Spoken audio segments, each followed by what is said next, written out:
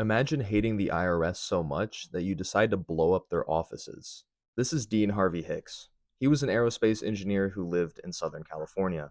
In 1981, he made an $8,500 donation to the Universal Life Church in Modesto and tried to write it off on his taxes. The IRS didn't consider the church a nonprofit organization and fined him. This incident led to anger against the IRS. After more arguments and issues with the IRS, including one incident where an agent allegedly laughed at him while on the phone, he decided to do what any normal person would do in this situation: start a bombing campaign. Using his technical expertise, he began his campaign on March 6, 1986, when he left bombs at an IRS office in Culver City. They were discovered and defused by police. Seeing his first attack fail, Hicks planned and executed another about a year later on March 2, 1987, this time targeting the federal building in Laguna Niguel. Putting his engineering skills to use, he created homemade mortars that fired pipe bombs at the building, which housed IRS offices. On July 8, 1988, police found bombs attached to a power pole that supplied electricity to the same building. They were quickly defused. Several months later, on September 19th, a car bomb partially detonated in a parking garage under a building that housed IRS offices in Los Angeles.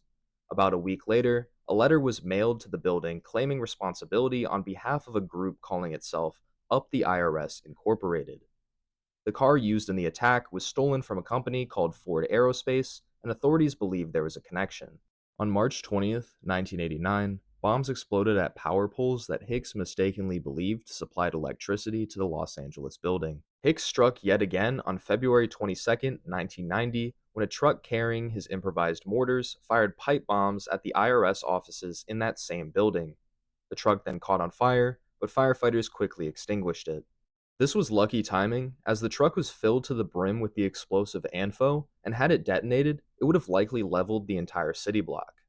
The attack was followed by another letter from Up the IRS Incorporated claiming responsibility.